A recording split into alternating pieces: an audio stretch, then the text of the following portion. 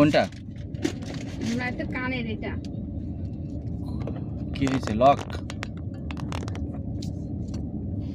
এই যে আপনার এই ব্যান্ডের মতো এটা যে গোল দুটার মধ্যে ঢুকানো না একটা ছিঁড়ে বেরোয় ও বের করেছে দেখেন টাইম জানি সেটাই তো বলছে ওর হাতে কিছু সুতা থাকে না তার বাসার জিনিসপত্র তো উল্টা পাল্টা করেছে